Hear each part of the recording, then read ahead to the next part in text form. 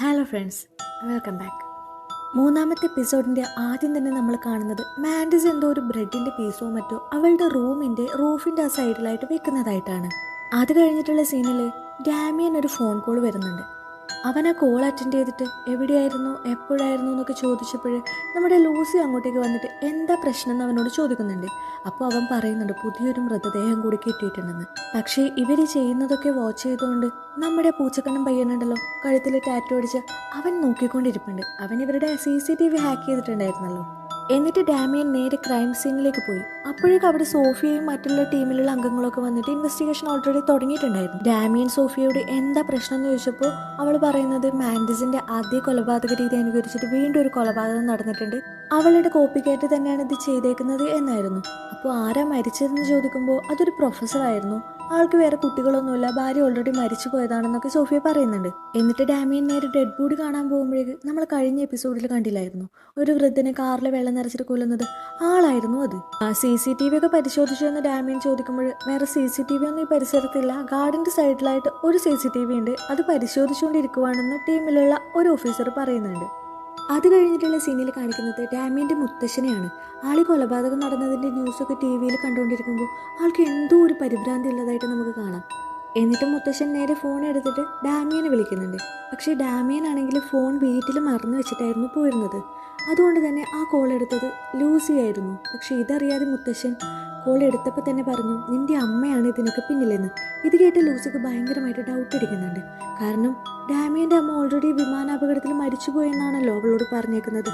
ലൂസിയാണ് phone എടുത്തേക്കുന്നതെന്ന് മനസ്സിലായ മുത്തശ്ശൻ അപ്പം തന്നെ നമ്പർ മാറിയിട്ടാണ് വിളിച്ചേക്കുന്നത് എന്ന് പറഞ്ഞിട്ട് കോൾ കട്ടാക്കുന്നുണ്ട്. പക്ഷേ ലൂസിയുടെ മുഖത്ത് ഭയങ്കരമായിട്ട് ഡൗട്ട് ഉണ്ടായിരുന്നു. അപ്പോൾ തന്നെ ഡാമിയൻ അങ്ങോട്ടേക്ക് വരുന്നുണ്ട്.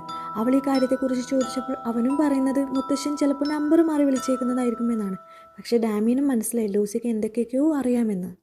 എന്നിട്ട് ലൂസി നേരെ അവളുടെ ഫ്രണ്ട് വെർജീനിയെ കാണാൻ പോകുന്നുണ്ട്. ലൂസി അവളോട് ഈ ഫോൺ കോൾ വന്നതിനെ കുറിച്ചൊക്കെ പറയുന്നുണ്ട്. അപ്പോൾ വെർജീനിയ ചോദിക്കുന്നുണ്ട് നിനക്ക് ഡാമിയന് ഡൗട്ട് ഉണ്ടോയെന്ന്. ലൂസി എന്നിട്ട് അവൻ്റെ അമ്മ മരിച്ചിട്ടുണ്ടായിരുന്നു എന്ന് പറഞ്ഞ വിമാന അപകടത്തെ കുറിച്ചിട്ട് നെറ്റിൽ പരിശോധിച്ച് നോക്കുന്നുണ്ട്. പക്ഷെ അപ്പോൾ കണ്ടത് ഫ്രാൻസിലുള്ള ആരും തന്നെ ആ വിമാന അപകടത്തിൽ മരിച്ചിട്ടില്ല എന്ന ന്യൂസായിരുന്നു.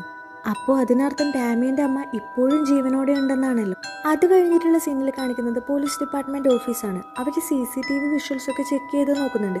അതിൽ നമ്മുടെ കില്ലർ പെട്ടിട്ടുണ്ട്. പക്ഷെ ആളുടെ മുഖം അത്ര ക്ലിയർ ആയിരുന്നില്ല. എന്നാലും ഏകദേശം ആൾക്ക് 6 അടിയുടെ അടുത്ത് പൊക്കമുണ്ടെന്നൊക്കെ അവർക്ക് മനസ്സിലാവുന്നുണ്ട്. അതേസമയം തന്നെ വേറൊരു ഓഫീസർ അങ്ങോട്ടേക്ക് വന്നിട്ട് പറയുന്നുണ്ട് ഈ ഡെഡ് ബോഡി കണ്ടെത്തിയ കാറുണ്ടല്ലോ, അത് ഈ മരിച്ച വ്യക്തിയുടേതല്ല, അത് വേറൊരാളുടേതായിരുന്നു. പക്ഷെ ആളെ 3 മാസമായിട്ട് കാണാനില്ല.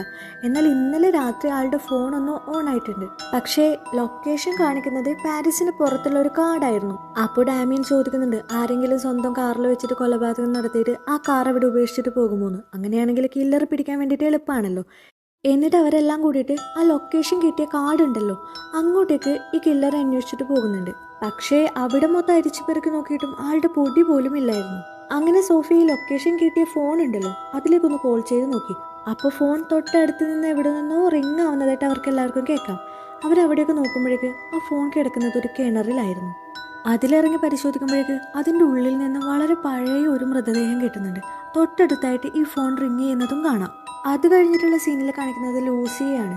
അവൾ അവളുടെ ഫ്രണ്ട് വെർജീനിയോട് പറയുന്നുണ്ട് എനിക്ക് ഡാമിയൻ്റെ കാര്യങ്ങളിലൊക്കെ ഭയങ്കര സംശയമുണ്ട്, അവൻ്റെ അമ്മ മരിച്ചിട്ടുണ്ടോയെന്ന് ഡൗട്ട് ഉണ്ടെന്നൊക്കെ. അപ്പോൾ വെർജീനിയ അവളോട് പറയുന്നത് അവർ മരിച്ചിട്ടുണ്ടെങ്കിൽ എന്തായാലും അവർക്കൊരു കല്ലറ ഉണ്ടാകും, അവർ ജീവിച്ചിരുന്ന ആ ഗ്രാമത്തിലേക്ക് നമുക്കൊന്ന് പോയി നോക്കാം, അവിടെ എവിടെയെങ്കിലും ആ കല്ലറ ഉണ്ടാവും എന്ന് പറഞ്ഞിട്ട് പിറ്റേന്ന് രാവിലെ അങ്ങോട്ടേക്ക് പോകാൻ വേണ്ടിയിട്ട് ഇവർ റെഡിയായി നിൽക്കുന്നുണ്ട്.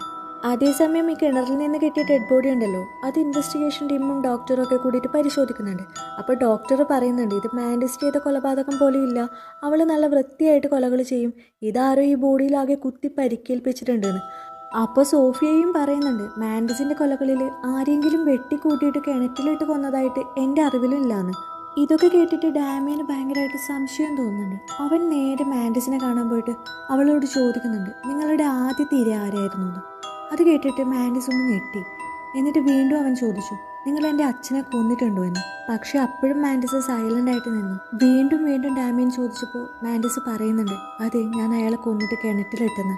അയാളൊരു മൃഗമായിരുന്നെന്നും അവളെ എപ്പോഴും റേപ്പ് ചെയ്യാൻ ശ്രമിച്ചിട്ടുണ്ടെന്നും കൂടാതെ ഒരു ദിവസം ഡാമിയനെ ജനലിലൂടെ പുറത്തേക്ക് എറിയാൻ നോക്കിയിട്ടുണ്ടെന്നും അപ്പോഴാണ് അയാളെ കുത്തി വീഴ്ത്തിയതെന്നും മാൻഡിസ് പറയുന്നുണ്ട്. ഇതൊക്കെ കേട്ടിട്ട് ഡാമിയൻ നേരെ അവർ പണ്ട് താമസിച്ചിരുന്ന ആ ഗ്രാമത്തിലെ വീട്ടിലേക്ക് പോയി. അവിടുത്തെ കിണറിൽ ഇറങ്ങി അവൻ നോക്കുമ്പോഴേക്ക് അതിനുള്ളിൽ ഒരു അസ്ഥികൂടം ഉണ്ടായിരുന്നു. അത് അവൻ്റെ അച്ഛനായിരുന്നു. ഇത് കണ്ട ഡാമിയൻ നേരെ അവൻ്റെ മുത്തശ്ശൻ്റെ അടുത്തേക്ക് പോയിട്ട് നിങ്ങൾ എന്നെ പറഞ്ഞു പറ്റിക്കുകയായിരുന്നു എന്നൊക്കെ പറഞ്ഞിട്ട് മുത്തശ്ശനോട് ചൂടാവുന്നുണ്ട്. പക്ഷെ അപ്പോഴും മുത്തശ്ശൻ പറയുന്നത് അവൻ മരിക്കേണ്ടവനായിരുന്നു, ഇല്ലെങ്കിൽ അവൻ മാൻഡിസിനെയും നിന്നെയും കൊല്ലുമായിരുന്നു എന്നായിരുന്നു. അത് കഴിഞ്ഞിട്ട് ഡാമിയൻ നേരെ അവൻ്റെ വീട്ടിലേക്ക് വരുന്നുണ്ട്. അപ്പോൾ ലൂസി ആവട്ടെ അവനോട് ഭയങ്കരമായിട്ട് കയർത്ത് സംസാരിക്കുന്നുണ്ട്. നിന്റെ അമ്മ മരിച്ചിട്ടുണ്ടോ? ഞാൻ കേട്ടിട്ടുണ്ടായിരുന്നു നിന്റെ മുത്തശ്ശൻ പറയുന്നത് നിങ്ങൾ എന്നെ പറ്റിക്കുകയാണെന്നൊക്കെ പറഞ്ഞിട്ട് ലൂസിയും അവനോട് ചൂടാവുന്നുണ്ട്.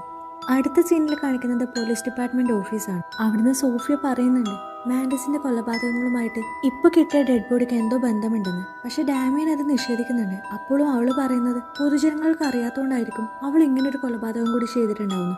അത് കേട്ടിട്ട് ഡാമിയൻ ഭയങ്കര ദേഷ്യപ്പെട്ടിട്ട് പുറത്തേക്ക് പോകുന്നുണ്ട്. പക്ഷെ സോഫിയക്കാണെങ്കിൽ കാര്യങ്ങളൊന്നും മനസ്സിലായില്ല. കാരണം ഇവൻ എന്തിനാണ് ദേഷ്യപ്പെടുന്നതെന്ന് അവൾക്ക് മനസ്സിലാവുന്നുണ്ടായിരുന്നില്ല. അതേസമയം നമ്മുടെ ലൂസിയും വെർജീനിയയും കൂട്ടിയിട്ട് ഡാമിയന്റെ പഴയ ഗ്രാമത്തിലേക്ക് പോകുന്നുണ്ട്. അവിടെയുള്ള ഒരു സെമിത്തേരിയിലേക്ക് ചെന്ന് നോക്കുമ്പോഴേക്ക് അവിടെ ഡാമിയന്റെ അമ്മയുടെ കല്ലറ ഉണ്ടായിരുന്നു. പക്ഷെ അവിടെ പൂക്കൾ വെച്ചിട്ടുണ്ടായിരുന്നു, അതും വാടാത്ത പുതിയ പൂക്കൾ. അവിടെ ഉണ്ടായിരുന്ന ഒരാളോട് ഈ പൂക്കൾ ആരാണ് ഇവിടെ കൊണ്ടുവച്ചതെന്ന് വെർജീനിയ ചോദിക്കുമ്പോൾ അയാൾ പറയുന്നത് അത് മിസ്റ്റർ സെബാസ്റ്റ്യൻ ക്രോസറ്റ് ആയിരിക്കും. അയാൾ ഇടയ്ക്കിടയ്ക്ക് കല്ലറ വന്ന് സന്ദർശിക്കാറുണ്ടെന്ന് ആൾ പറയുന്നുണ്ട്. പക്ഷേ അതേസമയം തന്നെ നമ്മുടെ ഫെറാസി ഉണ്ടല്ലോ, അയാൾ വന്നിട്ട് ഡാമിയനോട് ചൂടാകുന്നുണ്ട്. കാരണം ഇപ്പോൾ കിട്ടിയേക്കണ ഈ ഡെഡ് ബോഡി മാൻഡിസിന്റെ കൊലപാതകങ്ങളുമായിട്ട് ബന്ധപ്പെട്ടതാണെന്ന് ഫെറാസിക്ക് ഉറപ്പുണ്ടായിരുന്നു. അപ്പോൾ ഡാമിയൻ ഫെറാസിയോട് ഉള്ള കാര്യങ്ങളൊക്കെ പറഞ്ഞു. എൻ്റെ അച്ഛനായിരുന്നു മാൻഡിസിന്റെ ആദ്യത്തെ ഇര, അയാളെ വെട്ടിക്കൂട്ടിയിട്ട് കിണറ്റിലിട്ടിട്ടുണ്ടെന്ന്. അത് കേട്ട ഫെറാസിക്ക് മാൻഡിസിന്റെ അയൽക്കാരെയൊക്കെ സംശയമായി. കാരണം ഡാമിയന്റെ അച്ഛന്റെ കൊലപാതകം അറിയാൻ ചാൻസ് ഉള്ളത് മാൻഡിസുമായിട്ട് അത്രയ്ക്ക് അടുത്ത ബന്ധമുള്ള ആർക്കെങ്കിലും ഒക്കെ ആയിരിക്കുമല്ലോ. അങ്ങനെ മാൻഡിസിന്റെ അയൽക്കാരനായ സെബാസ്റ്റ്യൻ ക്രോസറ്റിനെ കുറിച്ച് അന്വേഷിക്കാൻ വേണ്ടിയിട്ട് ഡാമിയനോട് ഫെറാസി പറഞ്ഞു. ഇതേ സെബാസ്റ്റ്യൻ ക്രോസറ്റ് തന്നെയാണ് നമ്മുടെ മാൻഡിസിന്റെ കല്ലറയിൽ പൂക്കൾ വെച്ചിട്ടുണ്ടായിരുന്നതും. എന്നിട്ട് ഡാമിയൻ നേരെ വീണ്ടും മാൻഡിസിനെ കാണാൻ വേണ്ടിയിട്ട് പോകുന്നുണ്ട്. നിങ്ങൾക്ക് സെബാസ്റ്റ്യൻ ക്രോസറ്റിനെയും അവൻ്റെ മകൻ അലക്സിനെയും ഓർമ്മയുണ്ടോ എന്ന് അവൻ ചോദിക്കുമ്പോൾ എനിക്ക് ഓർമ്മയുണ്ട്, അലക്സ് വളരെ നല്ലൊരു കുട്ടിയായിരുന്നു. പക്ഷേ അവൻ്റെ അമ്മയ്ക്ക് അവനെ വേണ്ടായിരുന്നു, അതുകൊണ്ട് തന്നെ മാൻഡിസിനോടായിരുന്നു അവന് ഭയങ്കര ഇഷ്ടമെന്നൊക്കെ മാൻഡിസ് ഓർത്തെടുത്ത് പറയുന്നതായിട്ട് നമുക്ക് കാണാം. അതേസമയം മറ്റൊരു സീനിൽ നമുക്ക് ലൂസിയെയും വെർജീനിയയും കാണിക്കുന്നുണ്ട്. അവർ നേരെ നമ്മുടെ ഡാമിയൻ്റെ പഴയ വീടുണ്ടല്ലോ, അവൻ്റെ അച്ഛൻ്റെ ഡെഡ് ബോഡിയൊക്കെ ഉണ്ടായിരുന്ന ആ വീട്ടിലേക്ക് പോകുന്നുണ്ട്. പക്ഷെ അവിടെ ആരും തന്നെ ഇല്ലായിരുന്നു. ആ വീടിന്റെ ഉള്ളിലേക്ക് കടക്കുമ്പോൾ അവർ കാണാതെ അവരെ ആ വീട്ടിന്റെ ഉള്ളിലിരുന്നിട്ട് ആരോ നിരീക്ഷിക്കുന്നതായിട്ട് നമുക്ക് കാണാൻ സാധിക്കും. നോക്കുമ്പോഴേക്ക് അതാ പൂച്ചക്കണ്ണം പയ്യനുണ്ടല്ലോ, CCTV ഹാക്ക് ചെയ്ത അവനും അവന്റെ അച്ഛനുമായിരുന്നു. അവരിപ്പോൾ ലൂസിയെ വെടിവെക്കുമെന്ന് നമുക്ക് തോന്നുമെങ്കിലും അങ്ങനെ അവർ ചെയ്യുന്നില്ല. എന്നിട്ട് അയാൾ നേരെ ലൂസിയോട് നിങ്ങൾ എന്തിനാണ് ഇവിടെ വന്നതെന്ന് ചോദിക്കുമ്പോൾ ലൂസി പറയുന്നത് ഞാൻ ഡാമിയൻ്റെ ഭാര്യയാണെന്നും ഇവിടെ ഒരു ഡെലിവറിക്ക് വന്നപ്പോൾ ഇവിടെ ഡാമിയൻ്റെ വീടുണ്ടെന്ന് അറിഞ്ഞിട്ട് ഇങ്ങോട്ട് വന്നൊന്ന് കാണാമെന്ന് കരുതിയതാണെന്നും പറയുന്നുണ്ട്. അപ്പോൾ അയാളെ പരിചയപ്പെടുത്തുന്നുണ്ട്. ഞാൻ ഡാമിയൻ്റെ അയൽക്കാരൻ സെബാസ്റ്റ്യൻ ക്രോസറ്റും ഇതെൻ്റെ മകൻ അലക്സുമാണെന്ന് അവർ സ്വയം പരിചയപ്പെടുത്തുന്നുണ്ട്. അതേ സമയത്ത് തന്നെ നമ്മുടെ ഫെറാസിയും ഡാമിയനും കൂടിയിട്ട് ഈ സെബാസ്റ്റ്യൻ ക്രോസറ്റിനെയും അവൻ്റെ മകനെയും അന്വേഷിക്കുകയാണ്. ആ രണ്ടു പേർക്കും എന്തൊക്കെയോ നിഗൂഢതകൾ ഉള്ളതായിട്ട് അവരുടെ അന്വേഷണത്തിൽ നിന്നും വെളിവാകുന്നുണ്ട്. പക്ഷേ അലക്സ് ഇപ്പോൾ എവിടെയാണെന്ന് ആർക്കും തന്നെ അറിയില്ലായിരുന്നു. അതേസമയം നമ്മുടെ അലക്സിനെ കണ്ട വെർജീനിയക്ക് അവനോട് ഭയങ്കരമായിട്ട് അട്രാക്ഷനൊക്കെ തോന്നുന്നതായിട്ട് നമുക്ക് കാണാൻ സാധിക്കും. എന്നിട്ട് അവർ ഡാമിയൻ്റെ ആ പഴയ വീട്ടിൽ നിന്നും തിരിച്ചു പോകുന്നുണ്ട്. പക്ഷേ വഴിയിൽ വെച്ചിട്ട് അവരുടെ കാറ് പഞ്ചറാവുന്നുണ്ട്. പക്ഷേ അള്ളു വെച്ചിട്ട് ആരോ അവരുടെ കാറ് പഞ്ചറാക്കിയതാണെന്ന് പിന്നീട് അവർക്ക് മനസ്സിലാകുന്നുണ്ട്. അതേസമയം തന്നെ അലക്സ് അങ്ങോട്ടേക്ക് ഒരു കാറുമായിട്ട് വന്നിട്ട് ലിഫ്റ്റ് വേണമെങ്കിൽ കയറിക്കോ, ഞാൻ നിങ്ങളെ വീട്ടിൽ കൊണ്ടാക്കാമെന്ന് പറഞ്ഞിട്ട് അവരെ ആ കാറിൽ കയറ്റുന്നുണ്ട്. സെയിം ടൈമിൽ നമ്മുടെ ഡാമിയൻ അലക്സിനെ കുറിച്ച് അന്വേഷിക്കുവാണല്ലോ. അപ്പോൾ ഫെറാസി അലക്സിൻ്റെ അഡ്രസ്സ് കിട്ടിയിട്ടുണ്ടെന്നും ഡാമിയനോട് പെട്ടെന്ന് അങ്ങോട്ട് ചെല്ലാനും പറഞ്ഞിട്ട് ഒരു ഫോൺ കോൾ ചെയ്യുന്നുണ്ട്. അത് കേട്ട് ഡാമിയൻ പെട്ടെന്ന് തന്നെ അങ്ങോട്ട് പോകാൻ വേണ്ടിയിട്ട് അവൻ്റെ വീട്ടിൽ നിന്നും പുറത്തേക്ക് വരുമ്പോഴേക്ക് അതിൻ്റെ ഫ്രണ്ടിലായിട്ടൊരു കാർ വന്ന് നിൽക്കുന്നുണ്ട്. നോക്കുമ്പോഴേക്ക് അലക്സും ലൂസിയും ആ കാറിൽ നിന്ന് ഇറങ്ങുന്നു. എന്നിട്ട് അലക്സ് സ്വയം ഡാമിയനെ പരിചയപ്പെടുത്തുന്നുണ്ട്. 25 വർഷങ്ങൾക്ക് മുമ്പ് ഞാൻ നിൻ്റെ കൂട്ടുകാരനായിരുന്നു, നിനക്ക് ഓർമ്മയുണ്ടോ എന്നൊക്കെ ചോദിച്ചിട്ട്. അത് കേട്ട ഡാമിയൻ അവന് വീട്ടിനുള്ളിലേക്ക് ക്ഷണിച്ചിട്ട് അവരൊന്നിച്ച് ഫുഡൊക്കെ കഴിക്കുന്നുണ്ട്. അലക്സ് ഇപ്പോൾ എന്താ ചെയ്യുന്നതെന്ന് ഡാമിയൻ ചോദിക്കുമ്പോൾ അവൻ പറയുന്നത് അവനൊരു ആർട്ടിസ്റ്റ് ആണെന്നും ഓൺലൈനിൽ ബുക്സൊക്കെ എഴുതിയിടാൻ അവൻ ഇഷ്ടമാണെന്ന് അവൻ പറയുന്നുണ്ട്.